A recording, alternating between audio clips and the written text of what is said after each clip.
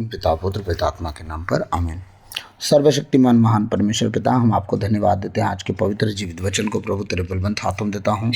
आज एक एक जन के जीवन को प्रकाश कर खुदावन वचनों के द्वारा कि कौन कहाँ है परमेश्वर, इस वचन में अपने आप को ढूंढे, अपने आप को देखे, परखे, जाने, सुने, समझे और उसके अनुसार जीने चलने वाला हो सके, इस योग बना। खुदावन मैं तुझसे प्रार्थना करता हूँ तेरे बेटे बेटियों के जीवन को पाकर पवित्र बना, उनके जीवन में किसी बात की कमी घटी ना रह जाए, इस योग ठहरा दे। खुदावन बोलने वाला आज मैं नहीं बोलना, आप स्वयं मुझ में होकर अपने बच्चों के द्वारा हमसे बातचीत कीजिए। सारी आदर आपको देते हुए यह प्रार्थना यीशु के नाम पर मांगते हैं, सुनिए और दया से ग्रहण कीजिए, आमीन। सबों को जय यीशु। मैं आशा करता हूँ कि कुछ बातें समझ में आ रही होंगी आपको, लेकिन हाँ, एक बात और है कि बीच में अगर मैं 1-2 दिन वचन नहीं डाल पा रहा हूँ तो सबसे बड़ी वजह है कि मैं इतना थक जाता हूँ कि वचन नहीं डाल पाता हूँ, बस, और कोई वजह नहीं। अब बिना टाइम के टाइम वचन डालने का मन नहीं होता है, तो मैं आप लोग को क्लियर कर दे रहा हूँ। मैं जिस दिन वचन ना डालूँ तो जान लीजिए कि मैं बहुत थक गया हूँ और बोलने का ताकत नहीं है, बैठे बैठे सो जाऊँगा, इसलिए वचन नहीं डाल पाता हूँ। तो आइए हम प्रभु के वचन में जाएंगे। सुक्ति ग्रंथ अध्याय 6 पद संख्या 16 से 19 मेरे साथ निकालेंगे। सुक्ति ग्रंथ अध्याय 6 पद संख्या 16 से 19 और मैं आप लोगों के लिए वचन पढ़ूंगा। प्रभु 6 बातों से बैर रखता और 7 बातों से घृणा करता है। कितनी बातों से? 6 बातों से। और जो 7वीं बात है उससे वो घृणा करता है। 7वीं बात सबसे, मतलब 6 बात से तो प्रभु क्या रख रहा है? बैर रख रहा है, मतलब उन लोगों से उसे ना गुस्सा आता है। लेकिन जो 7वां बात उन लोगों के अंदर आता है तो उसे घिन आने लगती है। गुस्सा और घिन में बहुत फ़र्क है। घिन आने का मतलब उस व्यक्ति को कभी ना व्यक्ति मिलना चाहता है ना देखना चाहता है, ठीक है। गुस्सा ऐसा चीज़ है कि व्यक्ति माफ़ भी कर देता है। लेकिन अगर घिन किसी पे आ गया, घिन आने का मतलब यह है कि वो दोबारा उस ज़िंदगी में ना आए, उसके बिना हम खुश हैं, और वो ना दिखे उसके बिना हम खुश हैं। वो कभी ना मिले, अपनी सूरत मत दिखाए, अपनी शकल मत दिखाए, कभी हम उसे देखना नहीं चाहते हैं, एक घिन आना बोलते हैं, ठीक है। और परमेश्वर का वचन कह रहा है कि 6 बातों से परमेश्वर क्या करता है? बैर रखता है, गुस्सा आता है, बैर रखता है। बैर रखने का मतलब एक बता रहा हूँ ना, बैर रखने का मतलब कि बैरी अपना बैर चुकाता है। अगर कोई बैर रख रहा है हमसे तो वो बैर क्या करे? निकालने के लिए कुछ भी करेगा। तो समझे कि नहीं समझे? हमारा दुश्मन जब बैर रख लेता है हमसे तो मौका खोजता है ना बैर निकालने के लिए, ठीक है। तो आप बोलोगे ब्रदर आपका कहने का मतलब क्या है? परमेश्वर दुश्मन है? हाँ। किसका? वो जो बुराई है ना उसका वो दुश्मन है। आपका और मेरा दुश्मन नहीं। अगर होता तो हमें माफ़ नहीं करता, कब का साफ कर दिया होता। हालेलुया। समझ में आया? तो वो बैर रखने का मतलब कि खुदा जिस बात से बैर रख रहा है, अगर आप उन बातों को, उन कामों को आप करते हो तो बैर वो निकालेगा। बैर रखा तो निकालेगा ना। कैसे निकालेगा? आप अपनी विपत्ति में फंसोगे और वो नहीं निकालेगा। कुछ दिनों के लिए उस विपत्ति में, उस परेशानी में, उस तकलीफ में, उन कमियों में, घटियों में, बीमारियों में छोड़ देगा, निकालेगा नहीं। आप पुकारोगे तो भी, और एक जन निकल भी जा रहा है तुरंत। क्यों निकल नहीं पाओगे आप? क्योंकि आप हो प्रभु के और ऐसे काम करे जा रहे हो जो आपको करना उचित नहीं था। इसलिए परमेश्वर कहता है 6 बातों से तो वो बैर रखता है और 7वीं बात जो है उससे घिन्न करता है, घृणा करता है, ठीक है। और जो बैर रखते हैं वो बैर निकाल लेते हैं। इसके बाद क्या कहते हैं? मेरे से पंगा भारी हो जाएगा, ठीक है, अभी तुम मेरे को जाने नहीं। लेकिन जब अगर किसी को घृणा आ गई किसी के ऊपर, अगर घिन आ गया किसी के ऊपर, वो व्यक्ति ना उसे कुछ नहीं बोलेगा। वो मरता रहेगा तो भी कुछ नहीं बोलेगा, जीता रहेगा तो भी कुछ नहीं बोलेगा। उसकी नज़र में वो इतना गिर गया, इतना गिर गया कि जिस तरह गोबर होता है ज़मीन में गिर जाता है, ठीक है, तो उसका कोई मतलब इज्जत वैल्यू नहीं होता ना। उस इंसान की नज़र में वो व्यक्ति जो गिर जाता है, जिसे घृणा आती है, वो ऐसे ही ठान लेता है, चाहे वो दुनिया का कितना भी अच्छा अपने जीवन में रहा होगा। अगर एक बार घृणा आ गई, अगर गिर गया, फिर वो कुछ कर ले, उठ नहीं सकता, ठीक। और परमेश्वर कह रहा है वो 7वीं बात से मैं घृणा करता हूँ। और वो 7वीं बात आप लोग जानना अगर चाहते हैं तो बताइए, मैं भी बता दे रहा हूँ। जानना चाहते हैं? 7वीं बात है घमंड भरी आंखें।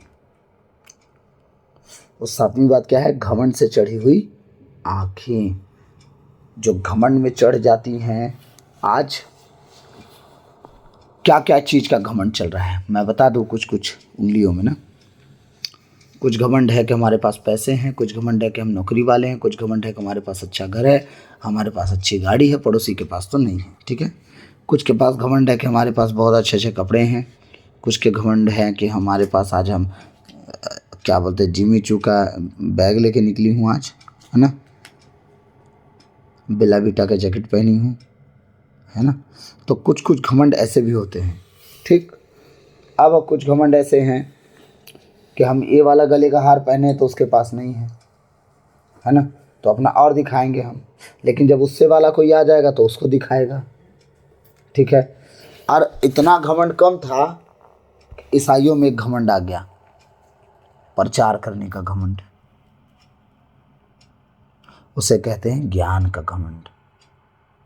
अपने घमंड का ज्ञान नहीं है उनको कि हम में घमंड कितना भर गया है, ठीक है, लेकिन अपने ज्ञान का घमंड धीरे धीरे होते जा रहा है कि हम बहुत कुछ जानते हैं। आज सुने ना हम बहुत कुछ जानते हैं, हमारे सामने कोई नहीं है।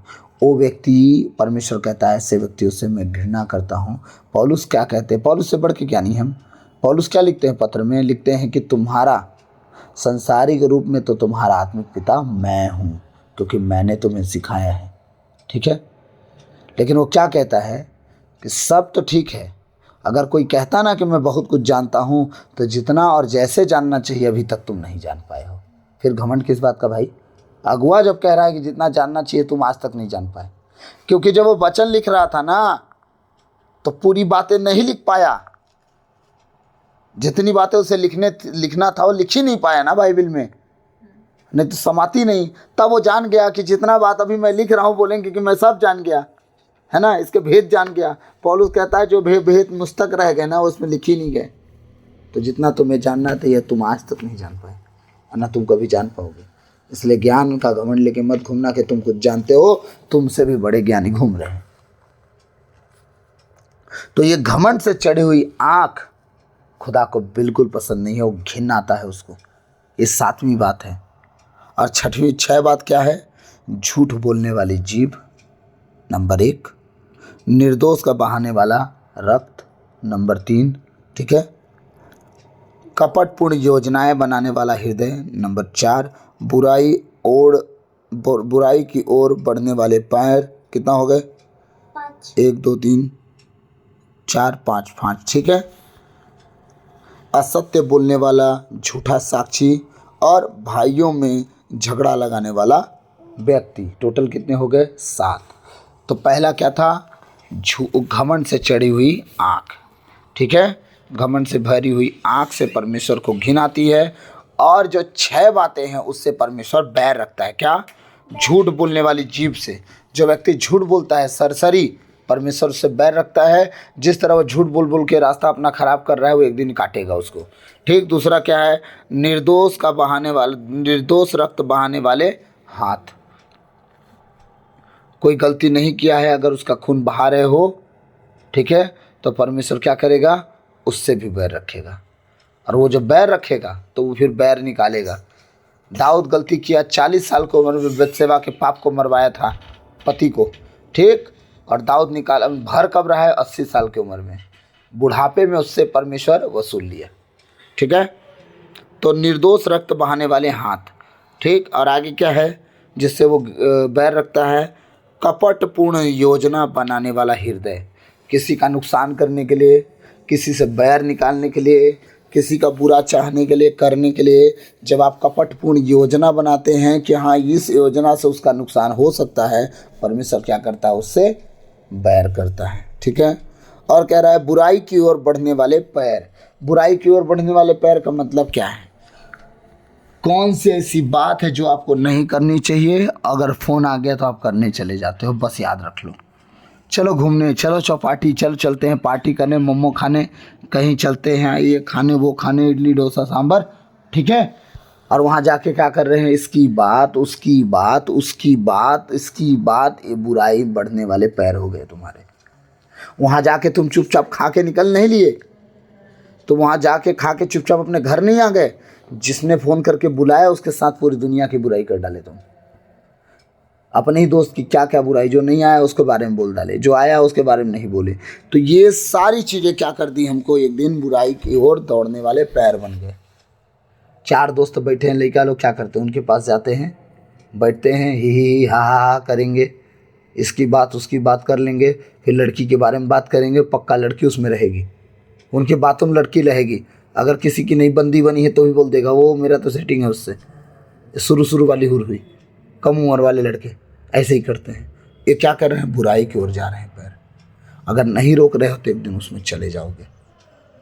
शाम को निकलती हैं महिलाएं, आओ सखी चुगली करने, है ना, वो पैर कहाँ निकले, घर से बुराई की ओर। क्या कर रहे हैं वो, अपने उस पड़ोसी का बुराई, उस पड़ोसी से, उस पड़ोसी का बुराई, इस पड़ोसी से। अरे जो तेरा बुराई तेरे पड़ोसी का बुराई तेरे से कर सकता है, तो तेरी बुराई तेरे पड़ोसी से नहीं करेगा। यही वचन कहता है कि अपने पड़ोसी के घर जाने से अपने कदमों को रोक, क्योंकि बुराई वहीं से शुरू होगी, तेरी बुराई वहीं से शुरू होगी। तो सबसे पहले अगर दुनिया में बुराई कहीं से स्टार्ट होती है तो अपने पड़ोसी से होती है। और वचन जो कहता है सत्य कहता है। हालेलुया। आप किसी के घर बार बार जाना शुरू कर दो, खत्म, प्यार खत्म, इज्जत खत्म, दुलार खत्म, जो था ना सब खत्म हो जाएगा। मैं क्या बोलता हूँ एक बात, आज लोग प्रभु के दासों को चाहते हैं हमारे घर आ जाएं, एक बार पैर तो रख दे, ठीक है। दुनिया का सबसे बड़ा दास अगर आ जाए, उनके घर पैर रख दे, एक दिन तो लगेगा स्वर्गदूत स्वयं उतरा है, जमीन में लेट के नाक रगड़ लेंगे, ठीक। और वही दास आके रह जाए घर में 2-4 महीना, हो गया खत्म। पहले दिन भव्य स्वागत, दूसरे दिन भव्य स्वागत, तीसरे दिन भव्य स्वागत, फिर कब स्वागत भव्य रह जाएगा तो कोई पता नहीं। वो दास तो और नॉर्मल लगेगा ना उसको, क्यों, क्योंकि नॉर्मल इंसान है भाई, स्वर्गदूत नहीं है वो। आत्माएं अपने अपने टाइम पे आती हैं उनके ऊपर, है ना, तो आत्माएं अपने अपने काम में आती हैं उनके ऊपर। तो घर की मुर्गी दाल बराबर। अरे सब छोड़िए, मैं तो एक बात और कहता हूँ, अगर यीशु मसीह कह देना बेटा अब तुम्हारे साथ में रहूँगा तुम्हारे घर, हाँ प्रभु रहिए। कुछ दिन बाद जब उधर से लौटेगा ना, रास्ते में पानी रखा रहेगा तो आप बोलोगे प्रभु आप पानी पीने गए थे ना, मेरे लिए भी एक गिलास ले आना। यीशु बोलेगा कैसे, मैं तुम्हारा प्रभु ना हूँ, हमने पढ़ा है, तो बहुत नम्र है, ला पानी ला, तो बुरा नहीं मानता है, समझे। ये मानव स्वभाव है। बुराई के लिए पैर अपने नहीं रोकेंगे, लेकिन बुद्धि लगा के काम जरूर कर लेंगे। इसीलिए अपने पैरों को क्या करें, बुराई के लिए रोकें। बहन चुगली, सखी चुगली, पड़ोसी चुगली बिल्कुल नहीं। ये सारी चीज़ें आपके आशीषों को रोक देंगी। हालेलुया। क्या था, कपटपूर्ण योजनाएं बनाने वाला हृदय, बुराई की ओर बढ़ने वाले पैर, ठीक है। अब लास्ट लाइन देखेंगे हम, असत्य बोलने वाला झूठा साक्षी। झूठे गवाही के विषय में बात कर रहा है। कोर्ट में कितने केस होते हैं ना, कोर्ट में इतने केस होते हैं, लेकिन बहुत सारे ऐसे केस हैं जो झूठे गवाही पे बुनियाद पर टिके हुए हैं। कोई मुजरिम है वो छूट जा रहा है, कोई सही है वो झूठी गवाही में फंस जा रहा है। हाँ, परमेश्वर कह रहा है झूठी गवाही के लिए जो साक्षी के लिए खड़े होते हैं ना, परमेश्वर उनसे बहुत बैर करता है। जो सही को गलत और गलत को सही करवा देते हैं, ये वकील जो होते हैं ना, परमेश्वर बहुत नफरत करता है। इसलिए वो कह रहा है कि अभी बताइए, जो बेकसूर है, झूठी गवाही से उसे जेल भेज दिया जाए, उसका सारा सुकून छीन लिया जाए, वो कैसे खुश रहेगा, जिंदगी भर दुखी होगा कि नहीं होगा। हाँ, इसीलिए कह रहा है असत्य बोलने वाला झूठा साक्षी। और लास्ट लाइन क्या है, और भाइयों में झगड़ा लगाने वाला व्यक्ति। परमेश्वर कह रहा है जो व्यक्ति भाइयों के बीच में झगड़ा लगाता है, हाँ, परमेश्वर कहता है मैं उससे बहुत बहुत बहुत क्रोधित होता हूँ।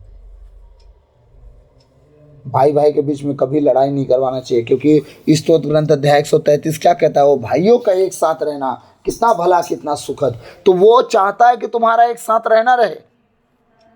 हाँ, कितना भला और सुखद हो जाएगा, क्योंकि एक उंगली मजबूत नहीं है, चारों उंगली में जब आप वजन उठाओगे बहुत मजबूत हो जाएगा। तो चारों मिलके भार उठाओ। अब ये कहता है कि भाइयों में जो झगड़ा करवा देते हैं, परमेश्वर उनसे बैर रखता है। और यही एक जगह प्रभु का वचन कहता है, वो 133 में, वो भाइयों का एक साथ रहना कितना भला है। तो परमेश्वर क्या चाहता है, भाइयों का एक साथ रहना चाहता है कि अलग रखना चाहता है? नहीं, वो एक साथ रखना चाहता है, इसलिए कहता है वो भला है। लेकिन यहाँ क्या कर रहे हैं लोग, भाई भाई में झगड़ा लगाने वाले बन गए। वो इसीलिए परमेश्वर कहता है भाइयों में झगड़ा लगाने वाले व्यक्ति, परमेश्वर इनसे क्या करता है, बैर करता है। और ये बैर उनसे निकाल लेता है, उनके ऊपर निकालेगा, उनके घर में निकालेगा, परिवार में निकालेगा। उन्हें ये होश तक नहीं आएगा कि किस बात की सजा वो भोग रहे हैं। हालेलुया। तो पहली बात जो सबसे खतरनाक है वो क्या है, घमंड से चढ़ी हुई आंखें, जो परमेश्वर को पसंद नहीं है, जो आज कर रहे हैं लोग, करे जा रहे हैं, ये तक नहीं डर रहे हैं कि कोई है जो देख और सुन रहा है। वो जब लेखा मांगेगा तो मैं उसको क्या जवाब दूंगा, क्या जवाब दूंगी। हाँ, तो एक घमंड से चढ़ी हुई आंखें लेके मत आना, बाकी का बैर चुकाने के लिए तैयार रहना। परमेश्वर अगर घिन कर दिया एक बार ना, घृणा कर दिया ना, वो कभी एक्सेप्ट नहीं करेगा। लेकिन हाँ, बैर रखेगा तो पीट कूट के आपको सीधा कर लेगा। लेकिन अगर घृणा कर लिया एक बार ना, तो ख़त्म। इसीलिए घमंड को साइड में रख दें कि आप कितने धर्मी, कितने याजक, कितने नम्र, कितने दीन, कितना। कुछ लोग तो अपनी नम्रता पे घमंड करते हैं कि हम कितने नम्र हैं। जय यीशु, जय यीशु। ये जय यीशु इतना धीरे से दांत चबा चबा के गए, बोले भाई हम नम्र लोग हैं ना। हम नम्र लोग कहाँ हैं? स्वर्ग में, चर्च में, स्वर्गदूत। घर में भला अलगे सीन चल रहा है। इसलिए आप सब ऐसा ना बने, जिस स्वभाव के हैं उसी स्वभाव में बने रहें। और किसी बात का घमंड अपने खुदा के सामने नहीं रखना, किसी काम का अपने घमंड परमेश्वर के सामने नहीं रखना। आप क्या जानते हो, आप कौन हो? आप कुछ नहीं हो। जब भी खुदा की हजूरी में आओ, बोलो प्रभु मैं तो कुछ भी नहीं हूँ, जो कुछ हो आप हो। आप मुझे लिए चलो, आप मुझे उठाए चलो, आप मुझे संभालो, आप मुझे बचाओ, आप मुझे आगे ले चलो, मेरी अगुवाई करो। अपने लोगों में से किसी को मेरे पास भेज ताकि मैं उसकी सुनूं और उससे मैं पूछूं मुझे क्या करना है, और उसी बात को पूछने के अनुसार मैं जीवन जीऊं। अब मुझे पता है मेरा अगुआ मेरे बारे में अच्छी बातें सोचेगा और अच्छे कार्य करेगा। तो खुदावन उससे पूछ और बता कि मेरे लिए क्या करना है। मैं अपना कंडीशन तुझे बताती हूँ, और मैं उसे भी बताऊँगा जिसे तू भेजेगा। इसके बाद जैसा वो बोलेगा मैं पक्का करूँगा, ताकि मुझे आगे बढ़ने का अवसर मिले। इसीलिए आप सब अपने परमेश्वर के अधीन हो जाएं, फिर परमेश्वर के लोगों के अधीन हो जाएं, और एक अगुआ चुनिए ताकि वो जैसा कहे वैसा करिए। अगर 10 फोकस हो जाएगा तो 10 तरह के लोग आज अगुवाई कर रहे हैं। कोई कहता है कोई अनोखी भाषा नहीं बोलना है, कोई कहता है बोलना है, कोई कहता है बोलो लेकिन अनुवाद के साथ बोलो। अरे हम मिला तक नहीं, अनुवाद कहाँ से कर ले आदमी, ठीक है। कोई कहता है पवित्र आत्मा होता ही नहीं, कोई कहता है पवित्र आत्मा है तो क्यों पवित्र आत्मा को बुलाना, है ना। तो बहुत तरह की मिनिस्ट्री, बहुत तरह की कलीसियाएँ हैं। आप जिस तरह परमेश्वर आपको अगुवाई कर रहा है आप करो। तो गॉड ब्लेस यू ऑल। प्रभु आप सबको बहुतायत से आशीष दे। मैं आशा करता हूँ आज का वचन जो होगा किसी को हृदय पर चोट लगाने के लिए नहीं भेजा हूँ मैं। लेकिन हाँ, इस बात का ख्याल रखिएगा कि जो बातें खुदा कहता है वो बोलना ही पड़ेगा। बुरा लगे या अच्छा लगे उसमें रोक टोक मत कीजिएगा। हाँ, ये है बुरा लग रहा है मतलब आपकी कटनी छटनी शुरू हो गई है ना। तो मतलब आपको कुछ चीज़ बदलना चाहिए अगर बुरा लग रहा है तो। अगर नहीं बुरा लग रहा है तो आप इस सारे वचन में करेक्ट खरे उतरे हो, आप बहुत अच्छा जीवन जी रहे हो, नो डाउट। अगर बुरा लग रहा है तो याद रखना कुछ बदलाव की ज़रूरत है। God bless you. प्रभु आप सबको बताए से आशीष दे। सबको जय यीशु।